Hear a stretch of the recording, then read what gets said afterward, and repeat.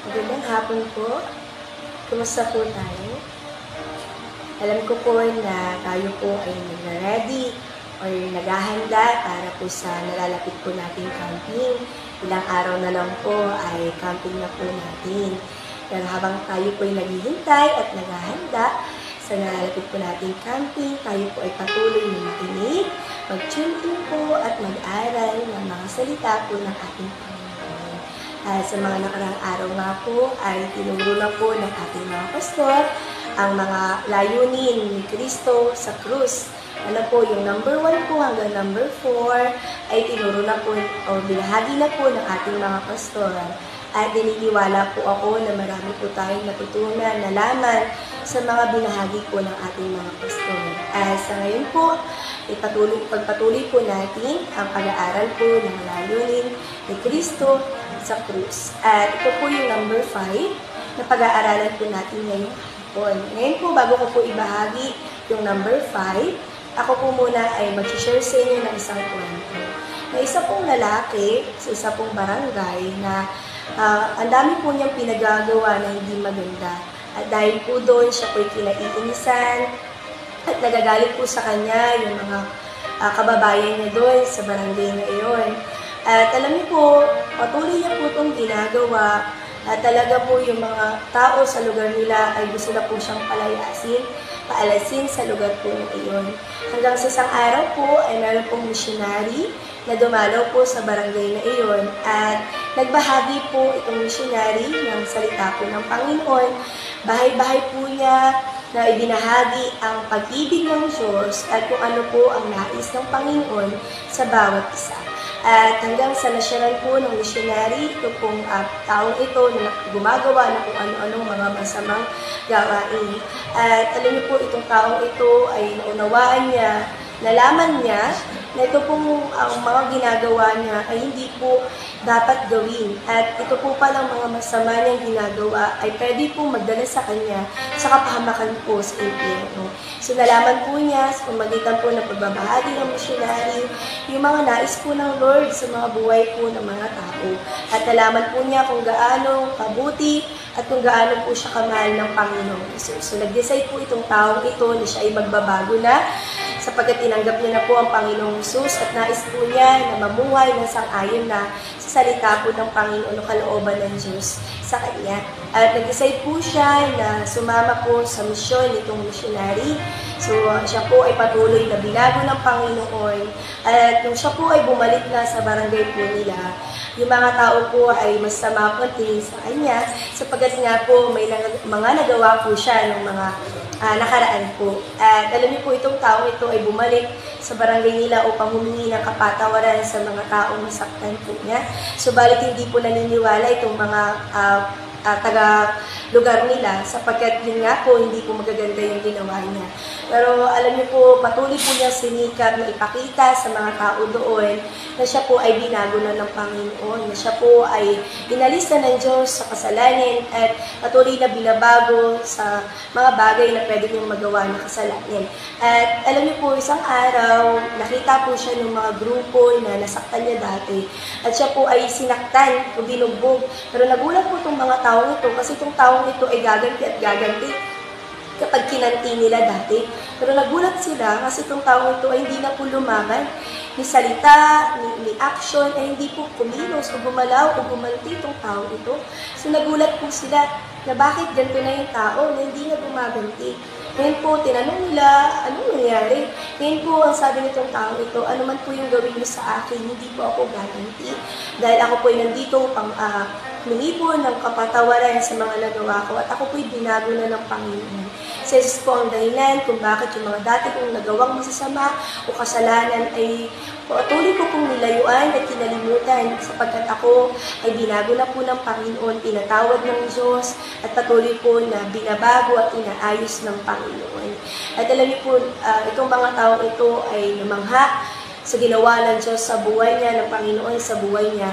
At alam niyo po, itong taong ito ay patuloy na namuhay sa salita po ng Panginoon. At yung mga mali po niyang ginawa ay napalitan po ng mabubuting bagay. Ito po ay ginawa niya, hindi niya ginawa sa sarili niya, kundi ginawa niya dahil sa pagbabago na ginawa ng Lord sa buhay po niya. Sa pamagitan po ni Jesus, na tunay na nagmahal at nagligtas po sa Kanya. So dahil po sa Panginoong Jesus, nagawa po ng taong itong lumayo sa kasamaan, sa kasalanan at patuloy na magbago, nakasama po sa pamagitan ng mga salita po ng Panginoon at sa tulong po ng Panginoong Jesucristo. So ito po ang nagagawa ng Panginoon sa buhay po ng bawat isa.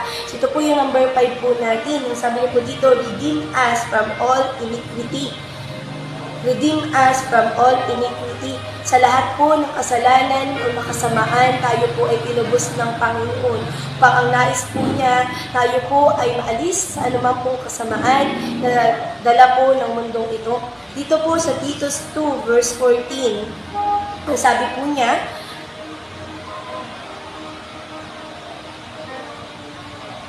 nahahandog ng kanyang sarili upang palayain tayo sa lahat ng kasamaan at linisin tayo upang maging kanyang sariling bayan na masigasig sa paggawa ng mabuti.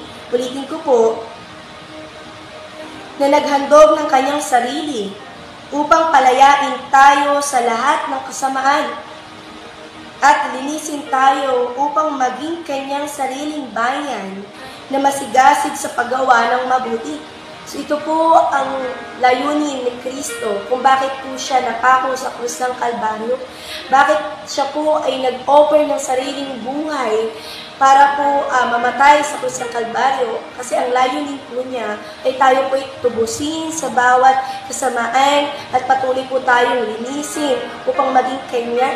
Sapagkat alam naman po natin na nung pumasok po ang kasalanan, nagkaroon po ng karapatan si Satanas o ang kaaway na tayo po ay patuloy na udyukan na maging masama o gumawa ng masama.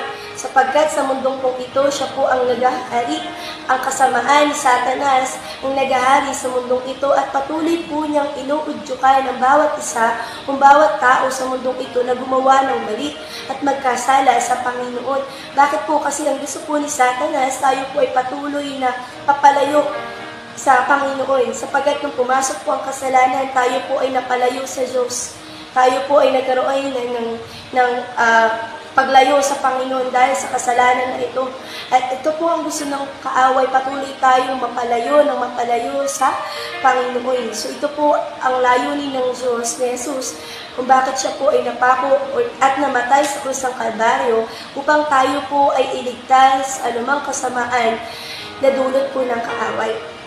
At dito po sa Isaiah 59 verse 2, ang sabi niya po dito, ngunit ang sala mo ang naging dahilan kung bakit hindi marinig ang iyong dalangin at siya rin dahilan ng paglayo ninyo.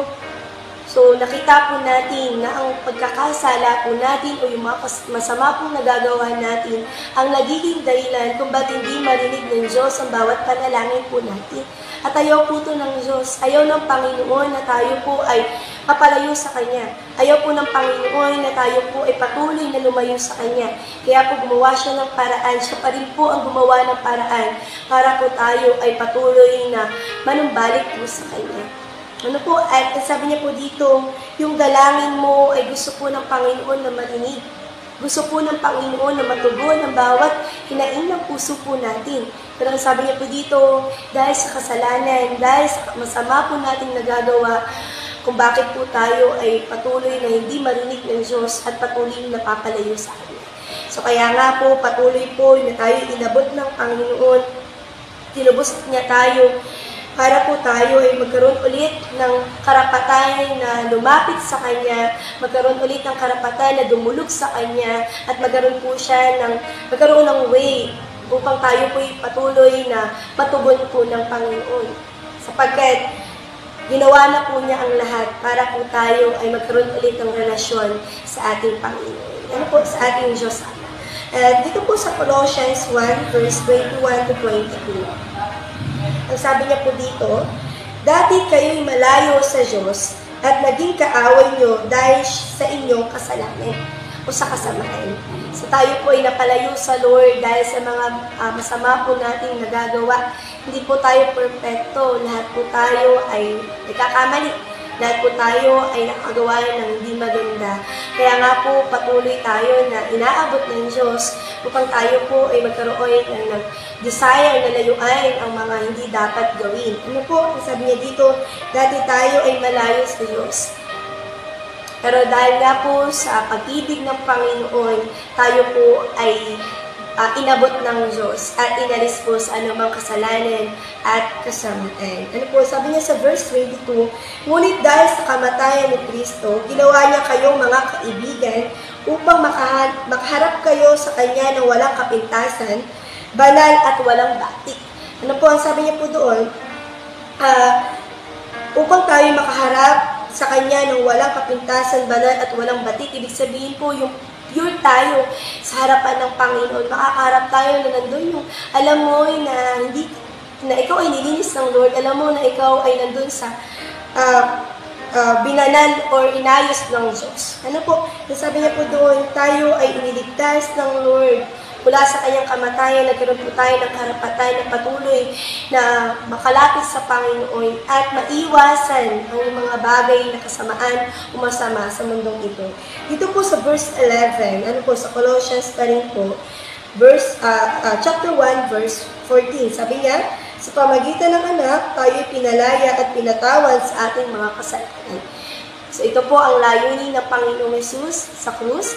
Sabi niya po doon upang tayo po ay patawarin o tubusin sa bawat pagkakamali po natin, sa bawat kasalanan natin, at sa bawat kasamaan na nagagawa po natin. Tinubos tayo ng Panginoon sa lahat po ng mga kasamaan na pwede natin magawa po habang tayo ay nabubuhay sa mundo po. So patuloy po tayo na lumapit sa Panginoon, patuloy po natin pag-aralan ng mga reason ng Diyos kung bakit ginawa niya yung mga bagay na yun. Dito po sa Revelation 1 verse 6, sabi niya po dito, inibig niya tayo at sa kanyang pagkamatay ay pinawalang sala tayo sa ating mga kasalanan. So, tayo po ay pinawalang sala na ng ating Panginoon sa mga kasamaan, sa mga kasalanan. So patuloy po tayo na patuloy natin i-tune in, ituon ang paningin natin sa Panginoon upang sa rin yung mga masama po, inuundyok sa atin ng kaaway ay malayuan po natin. Patuloy po tayo na magbabad sa salita po ng Panginoon upang yung mga tukso o yung mga masama po gawain ay patuloy po natin malayuan at hindi po natin magawa. Ano po? So, bago po tayo mag-pray, bago po tayo mag-close, meron po ako ulit na i-share po na isang kanta. Alam ko po, familiar po tayo sa kanta na yun. Ito po yung kanta na sabi po doon, tayo po ay pinalaya na ng Panginoon sa mga kasalanan po natin. Na po, every camp po, tayo po ay kumakanta nito. Sabi niyan, ako iyong pinalaya sa mga kasalanan. Ano po, at ngayon pong camping, patuloy po natin enjoyin yung pagpapalaya sa atin ng Panginoon sa lahat po ng mga bagay na pwede po mag-alipin po sa atin. Ano po, sabi niya, pinalaya sa kasalanan. Ano po, at patuloy po tayo mag-enjoy sa mga bagay po na ito. At patuloy po natin na damhin ang pag-ibig po ng Panginoon. So, dito po ang layunin po ng isa sa layunin ng Panginoong Hesus kung bakit po tayo ay bakit po siya namatay sa krus para po tayo ay tubusin sa bawat kasamaan po. Ano po, yun lang po. Tuloy po tayo na mag-aral po ng salita ng Panginoon. So, God bless po sa bawat isa, tayo po ay nangyay. Sa pangalan, Sir, salamat po sa kabutihan mo, salamat sa pag-ibig mo sa bawat isa, Panginoon. Hayaan mo, Lord, na patuloy kami, O Diyos, na makalakad sa perpektong kalooban mo sa bawat isa, Panginoon. Salamat po, Ama, sa ito ang kapurihan sa pangalan po ng Butong Jesus. Amen. God bless po.